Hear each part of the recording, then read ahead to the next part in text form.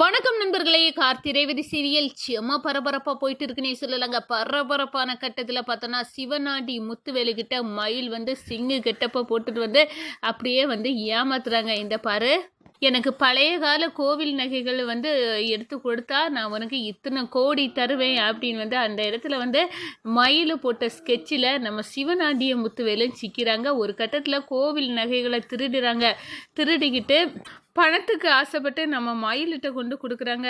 இதை வச்சு நம்ம செட்டில் ஆயிடலாம் மோன. இந்த பழியை நம்ம பயன்படுத்தி கும்பாபிஷேகம் நடக்கவே கூடாது. அதனால தான் கோவில் நகைகள் காணாமல் போச்சிருக்கு அப்படின்னு ஊர்க்காரங்களை ஏமாற்றி கும்பாபிஷேகத்தையும் தடுத்து நிப்பாட்டிடணும் அப்படின்னு ஸ்கெட்சை போடுறாங்க.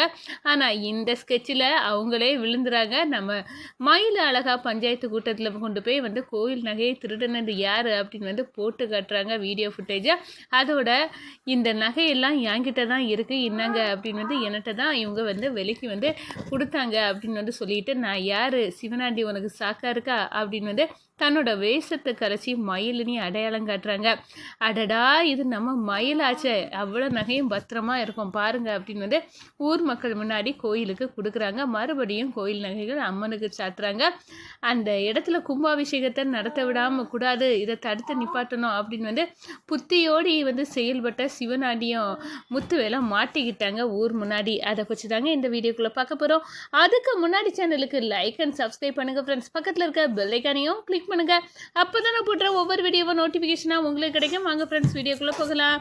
ஃபர்ஸ்ட் எடுத்த உடனே பார்த்தோம்னா சும்மா அதிரடியான பரபரப்பு கட்டம் அப்படின்னே சொல்லலாங்க. பரபரப்பான கட்டத்தில் நம்ம பார்த்துட்டு இருக்க நேரம் தான் சிவனாண்டி முத்துவேலை சிக்க வைக்க கார்த்திய மயிலும் சேர்ந்து போடுறாங்க ஒரு கெட்டப்பு. அந்த கெட்டப்பில் சிக்கிறாங்க சிவனாண்டியும் முத்துவேலும். அதுதாங்க அழகாட்டு நம்ம பஞ்சாப் சிங் கெட்டப்பை போட்டுக்கிட்டு எனக்கு பழைய காலத்து நகைகள் கோயில் நகைகள் அதுவும் வேணும் அப்படின்னு சொல்லுறோம். ஏன் மகனே, இப்போ தான் அந்த டிரைவர் பையன் அந்த கோயிலில் நகைகளை லாக்கர்லேருந்து எடுத்து சாமிக்கு சாத்தியிருக்கான். அதுலேருந்து கைவரிசை காட்டி இவர்கிட்ட கொடுத்தா பணம் கிடைச்ச மாதிரி ஆகும்.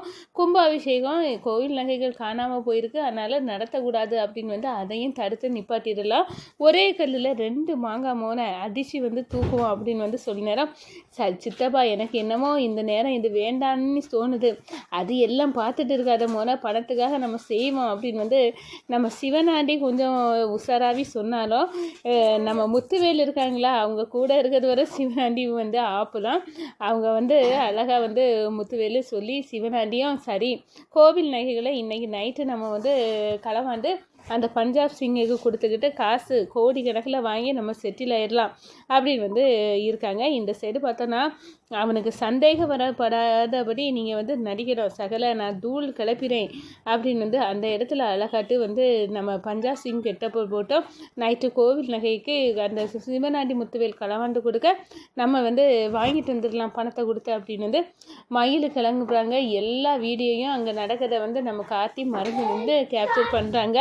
முத்துவேலும் சிவனாண்டியும் கோவில் நகைகளை அழகாக களவாங்குறாங்க, சாமிக்கிட்டேருந்து எடுக்கிறாங்க. இது அழகாக வீடியோ ஃபுட்டேஜை எடுத்து வைக்கிறாங்க. கொஞ்ச நேரத்தில் பஞ்சாப் சிங் ஆகியிருக்க நம்ம மயிலுக்கிட்ட நகைகளை பேரம் பேசி விலை கொடுக்குறாங்க.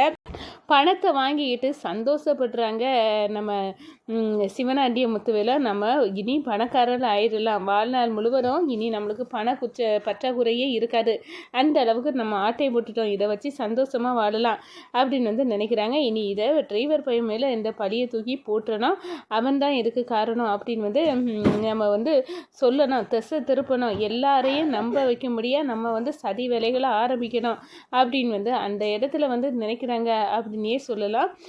ஒரு கட்டத்தில் பார்த்தோன்னா கோவில் நகைகளை காணலை அப்படின்னு ஊரில் பஞ்சாயத்து கூட்டத்தை கூப்பிட்றாங்க.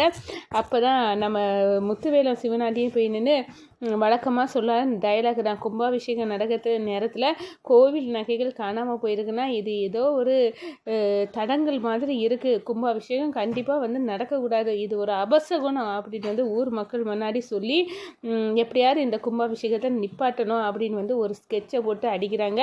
அந்த நேரம் தான் நம்ம மயில் பஞ்சாப் சிங்கில் நிற்காங்களே அவங்க, ஐயோ இது கோவில் நகைகளாச்சே, என்னங்க இதை முத்துவேலு சிவனாண்டியை தான் திருடினது அப்படின்னு சொல்கிறாங்க. முத்துவேலு சிவனாண்டியப்பா என்ன சொல்கிற, அதுக்குள்ளே வீடியோ ஃபுட்டேஜ் தான் இன்னும் இருக்குது அப்படின்னு வந்து நம்ம மயில் வந்து அழகாக அந்த வீடியோ காட்டுறாங்க. நீ யாருப்பா அப்படின்னு வந்து சொல்லினேன். நான் இருக்கிறது 2வது காட்டுறேன், இந்த வீடியோவை பாருங்கள் அப்படின்னு சொல்லிடுறேன். நம்ம அழகாக கோவில் நகைகளை சிவனாண்டியும் முத்துவேலை வந்து திருடுறாங்க. அந்த வீடியோ ஃபுட்டேஜை பார்த்து அப்படியே மிரண்டு போயிருக்காங்க. என்னப்பா சிவனாண்டி, நீயே திருடிக்கிட்டு இப்படி ஒரு பழியை தூக்கி கும்பாபிஷேகத்தை நடத்தக்கூடாது அப்படின்னு வந்து போடுற அப்படின்னு வந்து சொன்னார். இது யாராக இருக்கும் அப்படின்னு சொல்லிட்டு, என்ன யாருன்னு இது வரைக்கும் தெரியல, நான் தான் அப்படின்னு வந்து வேஷத்தை கலைக்கிறாங்க. தலையில் இருக்க தலைப்பாகையே எடுக்காங்க, அதோட பார்த்தோன்னா ஒட்டு தாடியை எடுக்காங்க, நெத்தியில் இருக்க மருவை எடுக்கிறாங்க. இன்னும் புரிஞ்சுதா? அதோ இது மயில் மாப்பிள்ளை அப்படின்னு வந்து ஊர் மக்கள் எல்லாரும் வந்து சந்தோஷப்படுறாங்க. மயில் மாப்பிள்ளை தான், இந்த நகையெல்லாம் கோவில் நகைகள் இதில் பத்திரமா இருக்குது, இதை எல்லாத்தையும் செக் பண்ணுங்க அப்படின்னு வந்து ஊர் பெரியவங்கள்ட்ட காட்டுறாங்க, கொடுக்குறாங்க. எல்லாரும் வாங்கி பார்த்துட்டு அப்பாடி சாமி நகைகள் அப்படியே பத்திரமா இருக்குது. சிவனாண்டி, இப்படி ஒரு கேடுகட்ட எண்ணத்தை கொண்டுட்டு நீ இந்த கோவில் நகைகளை திருடி நீ பணக்காரன் ஆகிடலான்னு நீ பார்த்துருக்கிறியா? கும்பாபிஷேகம் நடக்கக்கூடாது, சாமி வந்து தடங்கள் மாதிரி இருக்குது, இது வந்து கும்பாபிஷேகத்தை நடத்தக்கூடாதுன்னு அபசகுண எச்சரிக்கையை சாமி காட்டியிருக்கு. அப்படி எப்படின்னு வந்து கதை கட்டுனேன். ஆனால் இதெல்லாம் திருடுனது நீயும் உன் சித்தப்பை முத்துவேலும் அப்படின்னு வந்து படம் பிடிச்சி மயில் மாப்பிள்ள வந்து காட்டிட்டாரு. உங்களுக்கு தெரியும், இந்த கும்பாபிஷேகம் யார் என்ன பழி போட்டாலும் சரி சரியான நேரத்தில் நடக்கும், அதுவும் என் மாமா கையால் நான் நடத்தி காட்டுவேன் அப்படின்னு வந்து காட்டி அந்த இடத்துல வந்து சொல்லுறாங்க. சிவனாண்டி முத்துவேல அரண்டு போய் நிற்கிறாங்க. இந்த சைடு பார்த்தோன்னா இவங்களை இப்படியே சும்மா விட்டுறக்கூடாது, கும்பாபிஷேகம் நடக்கிறது வரை நடந்து முடியறது வரை இவங்க கோயிலில் கம்பி எண்ணிட்டு தான் கிடக்கணும் அப்படின்னு ஒரு ஆப்பை தூக்கி வச்சு நம்ம சிவனாண்டிய முத்துவேலையும் தரதரன்னு அதிகாரிகளை வச்சு இழுத்து வந்து கம்பியனை வச்சுறாங்க. இந்த சைடு பார்த்தோன்னா சும்மா கடுப்பாக வந்து இருக்காங்க சந்திரா. என் மாப்பிள்ளை கையால் கும்பாபிஷேகம் நடக்கும் அப்படின்னு வந்து நான் ஆசைப்பட்டேன், ஆனால் என் ஆசையில் மண்ணலி போட்டு தவிடுபடி ஆக்கியிருக்கு, நான் விட போகிறதில்ல அப்படின்னு வந்து கோபத்தில் கொந்தளிக்கிறாங்க. இதுக்கு எல்லாமே காரணம் இந்த மயிலும் இந்த கார்த்தி டிரைவர் பயிலும் தானே, அதை நான் விட போகிறதில்ல அப்படின்னு வந்து நிற்கிறாங்க. அப்போ தான் நம்ம சிவனாண்டியை போய் சந்திக்கிறாங்க ஜெயிலில்.